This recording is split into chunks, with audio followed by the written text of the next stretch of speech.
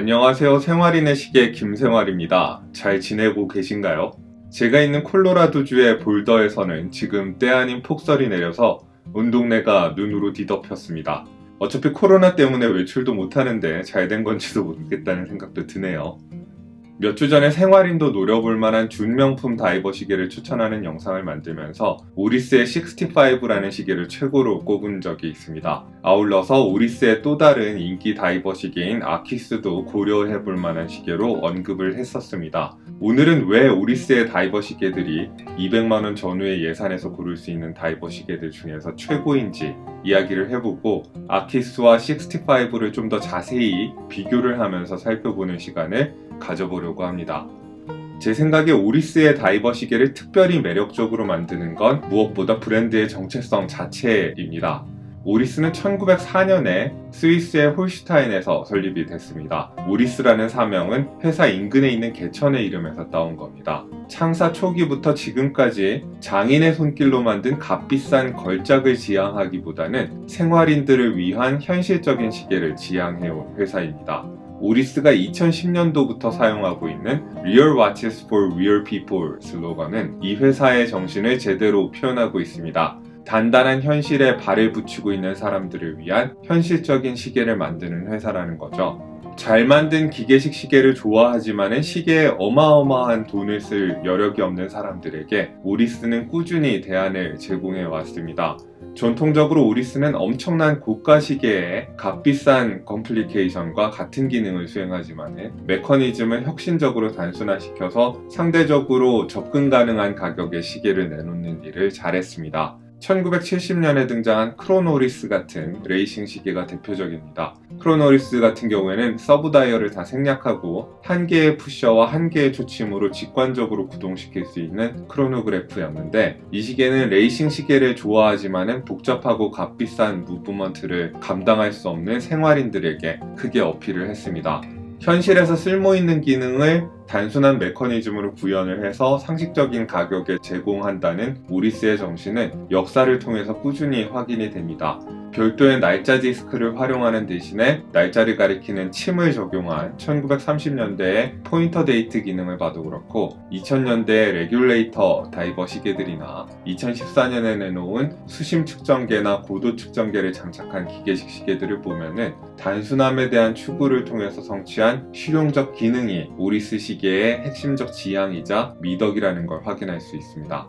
오리스라는 브랜드가 매력적인 또 다른 이유는 이 회사가 오랜 역사에도 불구하고 여전히 다른 대기업 집단에 종속되지 않고 독립회사로서의 정체성을 유지하고 있다는 사실에 있습니다. 글라이신이나 포티스, 에터나, 프레드릭 콘스탄트 같은 수많은 독립시계 회사들이 최근에 대기업 집단이나 사모펀드 같은 별로 평판이 좋지 않은 주체로 소유권이 넘어가거나 부도를 내거나 하는 비극을 겪고 있는데 반해서 오리스는 단순히 살아남기만 하는 것을 넘어서 괄목할 만한 성장과 발전을 거듭해오고 있습니다.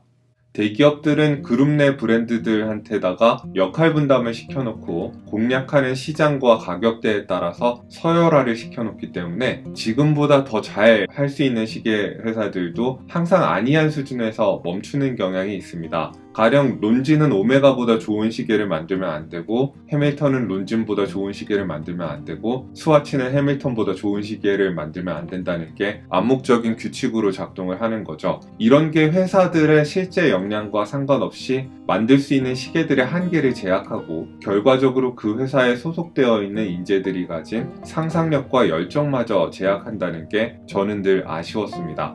반면에 오리스 같은 회사는 독립 브랜드니까 모기업이나 그룹 내 타 회사들의 눈치를 볼 필요가 없이 자기가 가진 상상력과 역량을 마음껏 발휘할 수 있습니다. 오리스가 2014년에 인하우스 무브먼트를 다시 생산하기로 결정한 것도 독립 브랜드니까 가능한 일이었다고 생각이 되고요. 호불호는 갈립니다만은 지난해에 프로파일럿 X라는 엄청나게 실험적인 인하우스 무브먼트를 장착한 스켈레톤 파일럿 시계를 내놓을 수 있었던 것도 독립 브랜드니까 가능한 일이었을 겁니다. 오리스도 노력하면 이렇게 자기 기술로 고스펙의 시계를 만들 수 있다고 당당히 보여주는 거죠. 오리스가 보여주는 이런 의외의 행보들이 성공적이냐 아니냐는 논란이 늘 있습니다만은 저는 시장의 다양성을 위해서 오리스 같은 중간 규모 이상의 독립 브랜드들이 더 선전을 해줬으면 좋겠다는 생각을 하고 있습니다. 여러분들이 200만원 전후의 예산으로 다이버 시계를 고르고 계신다면 오리스를 꼭 후보에 넣어야 하는 이유가 하나 더 있습니다. 오리스가 여러 장르의 시계를 골고루 잘 만들기는 하지만은 제 생각에는 그 중에도 가장 강점이 있는 분야가 다이버 시계이기 때문입니다. 오리스는 1965년부터 일찍이 다이버 시계를 만들어 왔습니다. 60년대의 슈퍼 다이버 시리즈들, 그리고 70년대의 트윈 데이트 시리즈나 스타 다이버 시리즈를 보면은 요즘 다이버 시계와는 다소 다른 느낌의 얇고 오밀조밀하게 생긴 스킨 다이버 시계들의 매력을 느끼실 수 있을 겁니다. 이때 오리스는 드레스 시계로나 스포츠 시계로도 다방면으로 활용 가능한 작은 다이버 시계에 집중해 온 것을 보실 수 있습니다.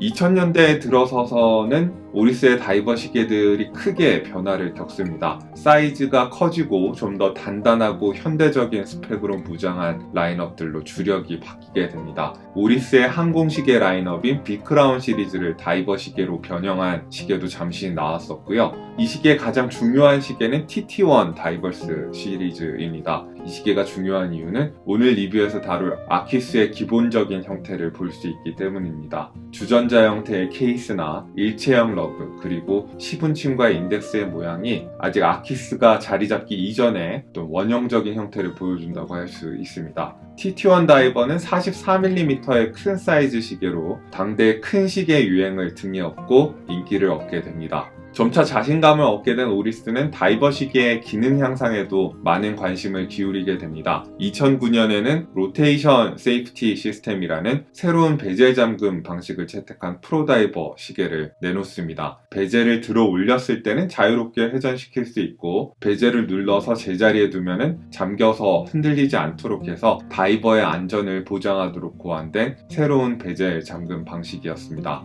2013년에는 수심 측정기를 기계식 시계에 최초로 장착한 아키스 뎁스 게이지라는 역사적인 시계를 내놓습니다. 수압이 높아지면은 사파이어 크리스탈에 뚫려 있는 통로로 물이 밀고 들어오도록 설계가 되어 있어서 게이지 안으로 밀고 들어온 물의 양을 보고 다이버가 현재의 수심을 파악할 수 있도록 만든 창의적인 시계입니다. 아키스 뎁스 게이지는 지금도 수심 측정기를 장착한 몇 안 되는 기계식 다이버 시계로 남아 있습니다. 그리고 비슷한 시기에 TT1 다이버를 좀 더 발전시킨 다이버 시계인 아키스가 본격적으로 선보이게 됩니다. 아키스는 등장하자마자 엄청난 성공을 거두어서 오리스라는 브랜드를 대표하는 웰메이드 다이버 시계로 각광을 받게 됩니다. 이 시계는 2010년대에 오리스의 브랜드 이미지를 새로 만들었다고 해도 과언이 아닌 시계입니다. 이 가격대에서 퀄리티를 판단 기준으로 삼는다면 무조건 오리스를 골라야 한다는 이야기가 나올 정도로 아키스의 품질은 시계 팬들 사이에서 높은 평가를 받았습니다. 또한 아키스는 후발주자들이 롤렉스나 블랑팡 같은 유명 시계의 디자인을 참고하지 않고도 충분히 매력적인 디자인을 내놓을 수 있다는 걸 증명하는 시계이기도 합니다. 2015년에는 1965년에 오리스의 첫 번째 다이버 시계를 현대적으로 되살린 65 라인업을 출시합니다. 이 역시 빈티지 시계를 현대적으로 되살리는 시류와 잘 부합하게 되면서 오리스가 뉴 빈티지 열풍을 주도하는 시계회사로 등극하게끔 하는데 큰 역할을 하게 됩니다.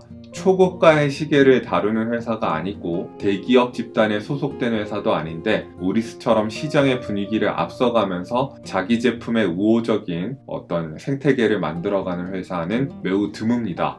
이후 오리스는 다이버 시계를 전문적으로 만드는 회사의 면모를 완전하게 갖춰가고 있는 모습입니다. 현재 오리스는 전문적인 다이버들을 위한 프로다이버 라인업과 좀 더 대중적인 모던 다이버인 아키스, 그리고 빈티지풍의 다이버 시계 라인업인 65까지 무려 3개의 서로 다른 다이버 시계 라인업을 갖추고 있습니다. 오리스가 가장 자신 있어 하는 종류의 시계가 다이버 시계이기 때문에 이 회사의 다이버 시계는 뭘 고르시던 잘못될 일이 없을 거라는 게 제 생각입니다. 자, 그렇다면은 200만원 전후 범위의 예산에서 다이버 시계들 중에 오리스가 가장 강력한 선택지를 제공한다는 건 어느 정도 납득이 되셨을 것 같은데, 다음 수순으로는 65와 아키스라는 양대 인기 모델들 사이에서 뭘 고르는 게 맞는가라는 질문을 살펴볼 필요가 있을 것 같습니다. 그래서 지금부터 이 두 시계를 자세하게 비교를 해보려고 합니다. 요즘 오리스는 손목이 가는 분들부터 무지막지하게 두꺼운 손목을 가진 분들까지 다 겨냥해서 다양한 사이즈 옵션을 제공하고 있습니다. 오늘 보여드릴 시계의 사이즈 선택은 다소 반직관적으로 느껴질 수도 있을 겁니다. 상식적으로는 아퀴스처럼 현대적 디자인의 다이버 시계는 크게 고르고 65 같은 빈티지 스타일의 다이버 시계는 작게 고르는 게 맞는데 저는 오늘 반대로 선택해서 보여드리려고 합니다. 되게 크고 묵직한 현대적 다이버 시계로 여겨지는 아퀴스 같은 경우에는 39.5mm, 41.5mm, 43.5mm 이렇게 세 가지의 사이즈로 나오는데 저는 그 중에서 제일 작은 사이즈를 보여드릴 겁니다. 물론 제일 인기 있는 사이즈는 43.5mm이고 그 때문에 아키스가 크고 묵직한 시계라는 선입견이 있는 것 같습니다. 하지만 사이즈를 줄여놓고 보면은 아키스도 굉장히 샤프하고 아기자기한 매력이 있고 드레스 시계를 겸할 수 있을 만한 꽤 화려한 미덕도 가진 시계입니다.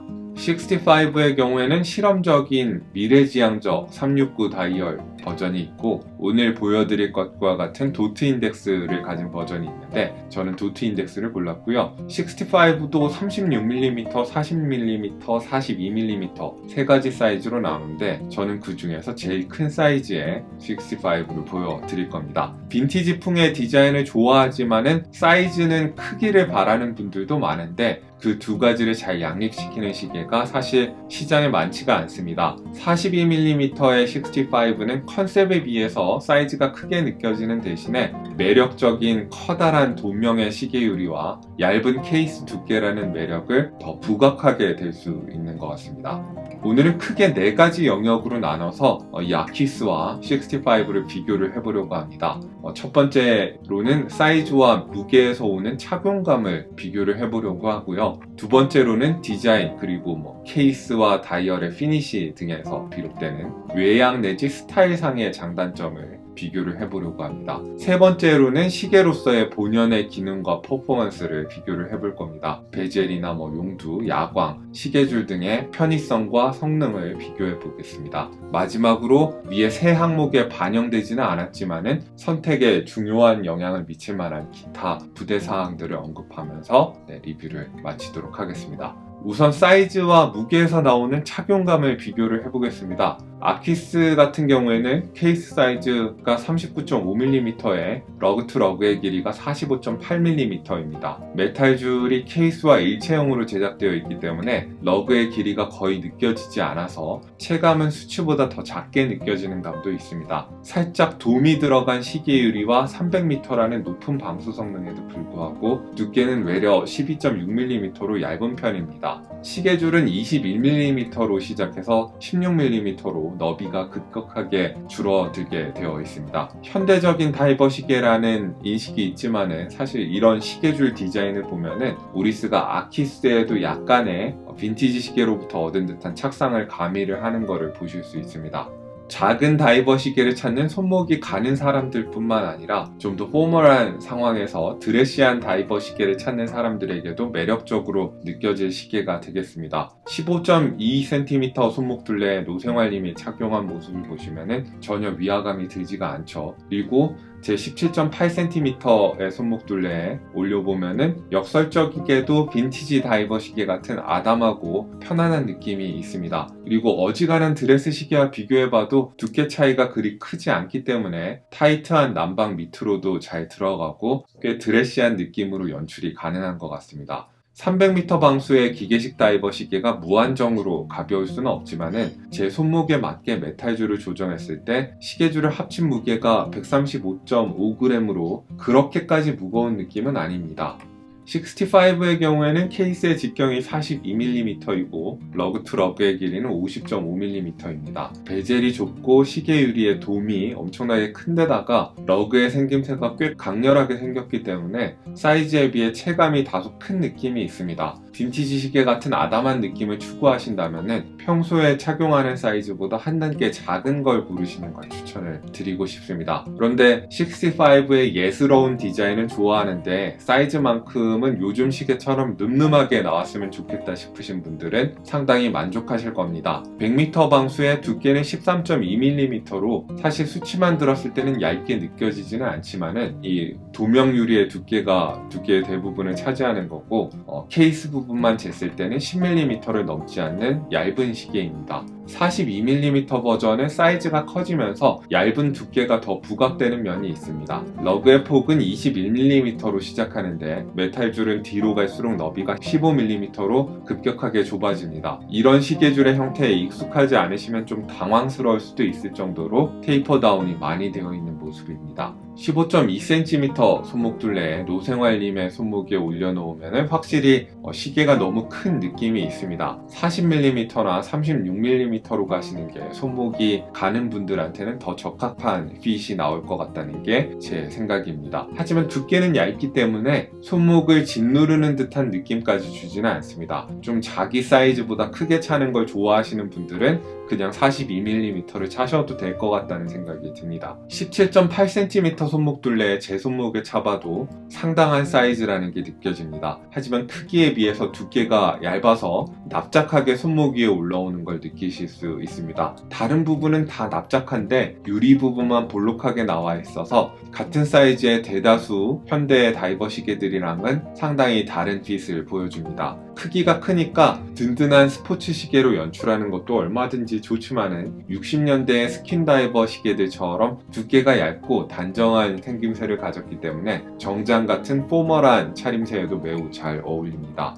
대개 이 시계와 같은 사이즈의 기계식 다이버 시계들이 메탈줄을 장착했을 때 무게가 150g이 넘어가는 경우가 많은데 65의 무게는 사이즈에도 불구하고 131.3g으로 꽤 가벼운 편입니다. 덕분에 더 손목에 편안하게 감기는 착용감을 줍니다. 착용감은 어느 쪽이 낫다고 말하기가 힘듭니다. 아키스는 좀 더 실체감이 있지만은 과도하게 무겁지 않아서 좋고 65는 사이즈에 비해 가볍고 얇아서 좋습니다. 그러나 65가 42mm라는 보다 큰 사이즈에도 불구하고 좋은 착용감을 준다는 점을 높이 평가해서 착용감은 65가 근소하게 앞선다고 잠정적인 결론을 내려보겠습니다. 그럼 두 번째 항목으로 디자인이나 외양 그리고 피니시 등에서 비롯되는 스타일상의 장단점을 비교를 해보겠습니다. 일단 아키스는 여러분들이 고급 시계에서 기대할 만한 화려한 디자인과 피니시를 보여줍니다. 주전자 모양의 케이스에다가 선명한 형태의 각진 크라운 가드와 각진 러그를 달아두어서 케이스에 여러가지 면과 각이 부여가 되어 있습니다. 메탈줄도 한 조각 한 조각이 밋밋한 평면이 아니라 상당히 입체감이 부여가 되어 있는 울퉁불퉁한 형태를 띠고 있습니다. 거기에 폴리시와 브러쉬 마감을 교차로 적용해서 입체감을 극대화할 수 있는 좋은 바탕을 제공을 하고 있습니다. 일단 전면부는 되도록 빛에 화려하게 반응하도록 되어 있습니다. 유광 세라믹 베젤을 채택을 했고 무반사 처리가 되어 있기는 하지만 살짝 번쩍거리는 사파이어 크리스탈을 넣었습니다. 그리고 그 아래로 보이는 폴리시된 스티커 인덱스와 시분침에도 보석처럼 여러가지 각을 부여를 해서 빛을 잘 포착하도록 만들었습니다. 그리고 배경으로 굉장히 진한 파란색에 빛에 화려하게 반응하는 썬버스트 다이얼까지 조합을 했습니다. 베젤의 가장자리나 크라운 가드의 정면 그리고 러그의 정면에도 다 번쩍거리도록 폴리시를 해서 전면부를 구성하는 요소들은 빛에 다 화려하게 반응을 합니다. 하지만 천박하게 번쩍거리기만 하는 게 아니라 사틴 브러쉬를 적절하게 사용하고 있다는 점도 강조를 해야겠습니다. 케이스의 측면을 보시면 넓은 부분에는 직선 방향의 선명한 브러쉬가 적용이 되어 있고 베젤 바로 아래 부분에 폴리시된 좁은 부분과 선명하게 대비를 이루도록 멋지게 피니시를 했습니다. 메탈줄 같은 경우에는 한 줄이 세 조각으로 되어 있는데 가장자리는 러그의 폴리시된 부분을 이어받아서 깨끗하게 폴리시가 되어 있지만은 가운데 조각이나 메탈줄의 측면 그리고 클래스프는 브러쉬 위주로 마감을 했습니다. 클래스프에는 오리스 로고를 새겨놓고 모서리는 폴리시를 해서 입체감을 좀 더 도드라지게 만들었습니다. 아키스 시리즈가 2017년에 업데이트를 한번 하면서 예전에 묵직하고 투박한 느낌은 많이 사라지고 좀 더 정돈된 명품 시계 같은 분위기를 더 많이 풍기게 된 건 사실입니다. 하지만 그렇다고 현대적인 다이버 시계의 강인함을 완전히 포기한 건 아닙니다. 예컨대 재밌게도 크라운 가드와 케이스를 연결하는 부분과 러그와 메탈줄을 연결하는 부분에 나사가 밖으로 노출되게끔 설계가 되어 있는데, 덕분에 다이빙 장비 같은 터프한 느낌도 심미적으로 유지가 되고 있는 모습을 보실 수 있습니다. 아키스가 200만원 전후의 가격대의 다이버 시계 중에서는 가장 높은 완성도와 마감을 보여주는 시계임은 분명하다고 생각합니다. 유명 시계들의 디자인에 안이하게 의존하지 않으면서 또 너무 전위적인 디자인도 아니라는 게 마음에 듭니다. 아키스는 독창적이면서도 충분히 중후한 느낌을 가진 현대적 다이버 시계를 만드는 게 여전히 가능하다는 걸 보여주는 수작입니다. 아키스에 비하면 65의 전반적인 피니시와 외장은 많이 단순한 느낌입니다. 이름대로 1965년도의 시계 디자인을 거의 그대로 가져오다 보니까 아키스에 비하면 다소 원시적이고, 좋게 말하면 기본에 충실한 모습을 보여주고 있습니다. 정면은 스포츠 시계에 어울리는 사틴 브러쉬 위주의 피니시가 되어 있고, 메탈 줄도 일관되게 브러쉬를 했습니다. 오로지 케이스의 측면에만 깨끗하게 폴리시를 해놨습니다. 용두도 그냥 크라운 가드 없이 배치가 되어 있고요. 오리스답게 케이스의 윤곽이 분명하고 브러쉬와 폴리시도 선명하게 흠잡을 데 없이 정리가 되어 있습니다만은 뭔가 정교하고 복잡한 터치를 기대하기는 힘든 구성입니다. 베젤 인서트의 소재도 알루미늄이라서 아키스에 비해서는 덜 번쩍입니다. 다이얼의 색상은 아키스와 비슷한 딥블루인데, 선버스트 브러쉬처럼 빛에 따라서 화려하게 반응하는 게 아니라 어두운 파란색의 잉크로 채워놓은 것 같은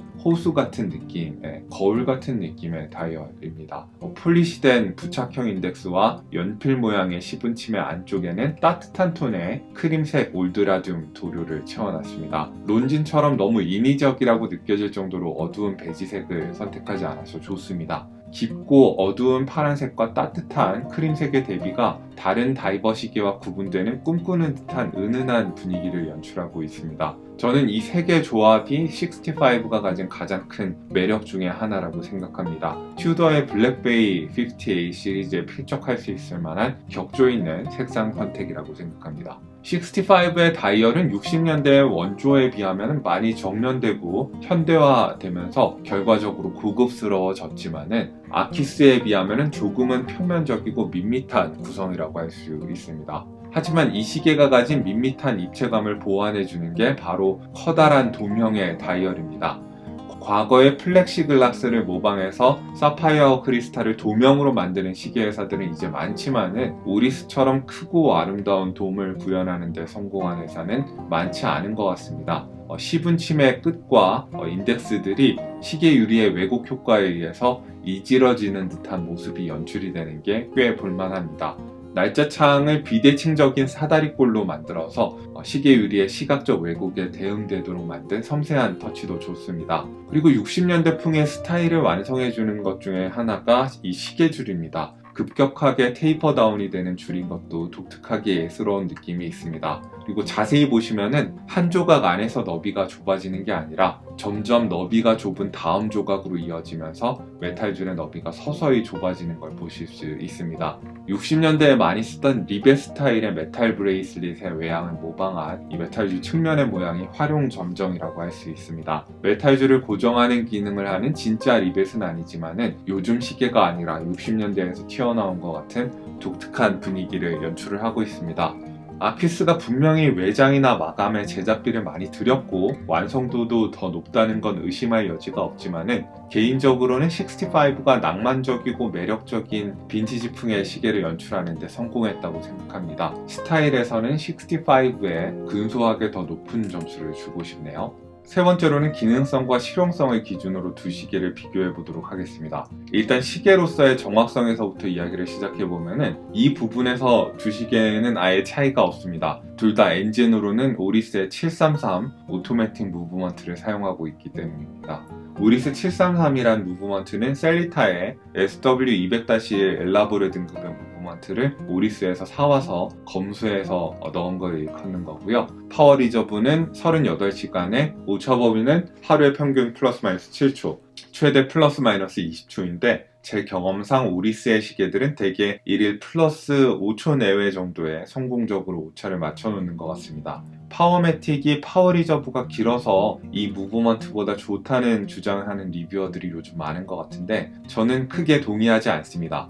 범용 무브먼트이기 때문에 셀리타가 오버홀 비용도 높지 않고 수리하기도 쉬워서 좋습니다. 그리고 오랫동안 활용된 기록이 있기 때문에 더 신뢰할 만한 무브먼트라고 저는 생각을 하고요. 다만 수동 감기와 관련된 파트들의 내구성이 약하다는 지적이 있으니까 수동 감기를 너무 많이 이용하지 않는 게 좋다는 이야기는 해야겠네요. 둘 다 오랫동안 검증된 디자인을 채택하고 있기 때문에 가독성도 동등하게 좋습니다. 인덱스도 시분 초침도 둘 다 큼직큼직하게 만들어놔서 어떤 각도나 조도에서도 쉽게 시간을 읽을 수 있습니다. 차이라면은 아키스는 날짜창이 6시 방향에 배치가 되어 있고 42mm 버전의 65는 3시 방향에 배치가 되어 있다는 게 차이인데 그게 가독성에서 큰 차이를 만드는 것 같지는 않습니다. 다이버 시계는 방수 성능이 중요하잖아요. 방수 성능은 아퀴스가 압도적으로 높습니다. 아퀴스는 300m의 방수 성능을 제공을 하고 65는 100m의 방수 성능을 제공을 합니다.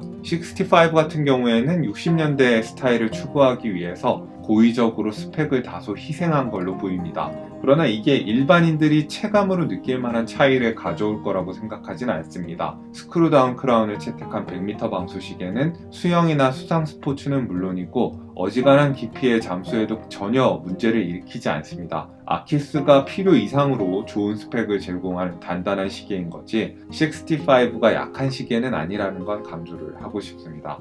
둘 다 120클릭의 단방향 회전식 베젤을 채택하고 있는데 베젤 액션에서도 좀 차이가 납니다. 여기서 아키스가 압도적으로 더 좋다고 해야겠네요. 파인면과 경사진면을 잘 혼합한 엣지 처리 덕분에 그립감이 아주 좋습니다. 그리고 제가 경험해본 그 어떤 시계보다 만족스러운 베젤 액션을 제공을 합니다. 보통 시계 좀 만든다는 제조사들이 유격 없는 정확한 클릭감을 위해서 손아귀 힘이 없는 사람은 돌리기 힘들 정도로 베젤을 다소 묵직하고 빡빡하게 만드는 경향이 있습니다. 그런데 아퀴스는 정확한 클릭감과 부드러운 베젤 액션이 양립할 수 있음을 보여주는 드문 시계입니다. 베젤이 정말 힘들이지 않고도 부드럽게 돌아가는데 클릭이 있어야 할 포인트에서 딱딱 베젤이 멈추는 느낌이 아주 만족스럽습니다. 아키스의 베젤도 지적하자면은 아주 살짝 흔들림이 있긴 한데 만족스러운 클릭감이 그 문제를 상쇄해 주는 것 같습니다. 65의 베젤 액션도 준수하긴 합니다만은 뛰어나다기보다는 그냥 제 역할을 하는 정도의 베젤입니다. 베젤이 얇은 것 치고는 그립감도 좋고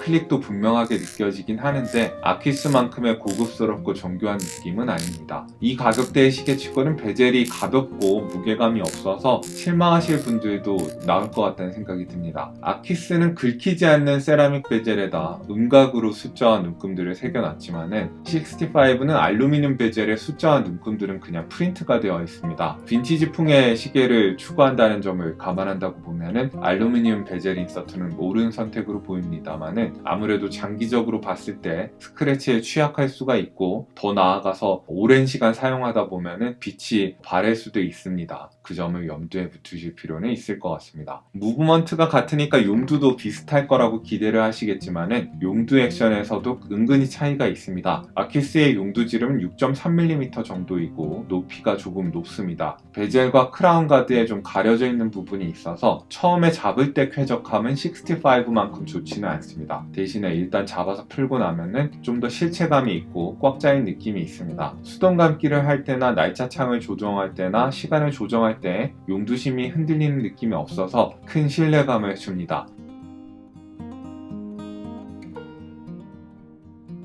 그리고 용두나사는 보통 3바퀴 정도를 돌려서 풀리고 잠그도록 되어 있고 꽤 부드럽게 풀리고 잠기는 걸 확인할 수 있습니다. 65 같은 경우에는 크라운 가드 없이 6.5mm 정도의 지름을 가진 좀 더 납작한 용두를 배치를 했습니다. 걸리적거리는 베젤이나 크라운 가드가 없으니까 좀 더 쾌적하게 잡히고 나사를 푸는 것도 아주 부드럽게 됩니다. 다만 아키스에 비하면 용두가 살짝 흔들흔들 거리는 느낌이 있습니다. 용두심이 좀 이상적인 수준보다는 가는 걸 넣은 것 같다는 게 제가 받은 인상입니다. 물론 기능적으로 큰 문제는 없습니다만은 비싼 시계의 용두 같은 느낌은 아키스만큼 주지 못한다는 게 제가 받은 인상이네요. 수능 감기를 하거나 날짜창을 조정할 때나 시간을 조정할 때나 조금은 용두가 비실거린다는 느낌이 있습니다. 이 용두 역시 보통 3바퀴 정도를 돌려서 풀거나 잠글 수 있습니다. 요즘은 몇 바퀴 안 돌려도 잘 잠기고 풀리는 용두들이 많은데 두 시계 다 용두 나사가 쓸데없이 깊이 만들어져 있다는 불만은 있습니다. 야광 성능도 아키스가 65보다 많이 우월합니다. 아키스는 푸른색의 BGW9 야광을 쓰고 65는 초록색의 올드라듐 도료를 쓰는데 밝기와 지속력 모두 아키스가 다소 낮습니다. 65의 야광은 인덱스 부분이 좀 더 10인침에 비해서 야광에 약한 경향이 있습니다. 물론 10인침 부분의 야광은 꽤 길게 유지가 되니까 시간을 읽는 데는 어느 정도 역할을 할 수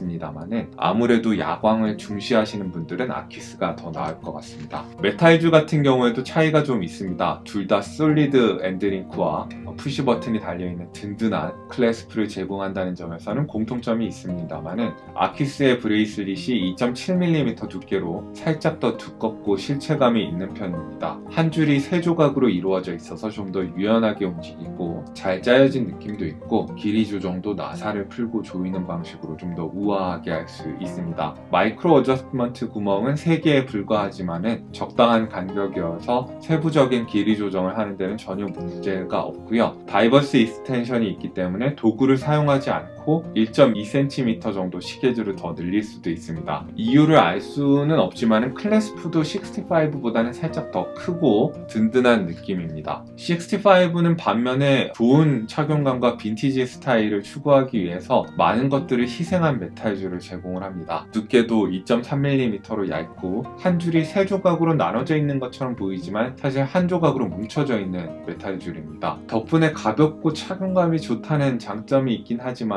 나쁘게 보자면 좀 부실하다는 느낌도 있습니다. 길 조정도 중저가 시계에서나 보던 푸시핀 방식으로 해야 하고 아키스와 달리 다이버스 익스텐션도 제공이 되지 않습니다. 클래스프의 마이크로 어저스트먼트 구멍을 3개가 아니라 5개나 제공한다는 점 말고는 아키스와 비교해서 기능상의 장점은 없습니다. 65의 메탈줄이 생긴 건 참 매력적인데 이런 걸 빈티지풍의 연출이라고 기껍게 받아들일 수 없는 분들은 불만을 제기할 수도 있겠습니다. 자, 그럼 마지막으로 여러분들의 선택에 영향을 줄 만한 기타 부대사항들을 언급을 해보도록 하겠습니다. 우선 케이스백 얘기를 안 할 수 없겠죠. 둘 다 스크루다운 케이스백인 건 같지만은 아키스의 경우에는 디스플레이 케이스백을 채택해서 무브먼트를 관찰할 수 있도록 되어 있습니다. 셀리타의 엘라보레 등급 무브먼트가 별로 멋지게 장식이 되어 있는 건 아니지만은 오리스를 상징하는 빨간 로터와 함께 있으니 또 매력이 있습니다. 65는 반면에 60년대의 오리스 시계와 마찬가지로 폴리시된 바탕에다가 당시의 오리스 로고를 얕게 새겨놨는데 역사적 충실성은 평가해줄만 하지만은 케이스백 자체에 그리 매력이 있다고 하기는 힘듭니다. 디스플레이 케이스백으로 무브먼트를 관찰하는 게 중요하다고 생각하시는 분들은 아키스로 가는 게 맞겠죠. 두 번째로 줄지를 통한 다양한 연출의 가능성에 대해서도 이야기를 해봐야 될 텐데 여기서는 65가 더 강점이 있습니다. 아키스의 일체형 시계줄이 튼튼해 보이고 아키스만의 독특한 분위기와 외양을 연출하는 데는 의의가 있지만은 이 시계는 러그가 독특하게 생겨서 줄질할 수 있는 옵션이 상당히 제한되어 있습니다. 그러니까 오리스 아키스를 위해서 전문적으로 시계줄을 만들어주는 맞춤 시계줄 업체가 아니면은 시계줄을 맞는 걸 구할 수가 없습니다. 65도 러그 폭을 21mm라는 흔하지 않은 사이즈로 정한 건 좀 아쉬운데 그래도 이 시계는 사이즈에 맞는 시계줄만 잘 찾으면은 줄질이 가능하긴 합니다. 줄질을 좀 더 자유롭게 하고 싶으시다면 40mm 버전의 러그폭이 20mm니까 참고를 해보시면 좋겠습니다. 시계의 케이스에 파란색과 검은색 그리고 따뜻한 느낌의 크림색을 동시에 사용했기 때문에 어떤 색상의 시계줄을 매칭하느냐에 따라서 이미지가 확확 바뀌는 시계이기도 합니다. 직물 소재의 시계줄을 달아봐도 멋있고요. 밝은 색의 가죽줄을 매칭해봐도 멋있습니다. 개인적으로 밝은 텐 색상의 가죽줄을 맞춤 제작해서 쓰고 있는데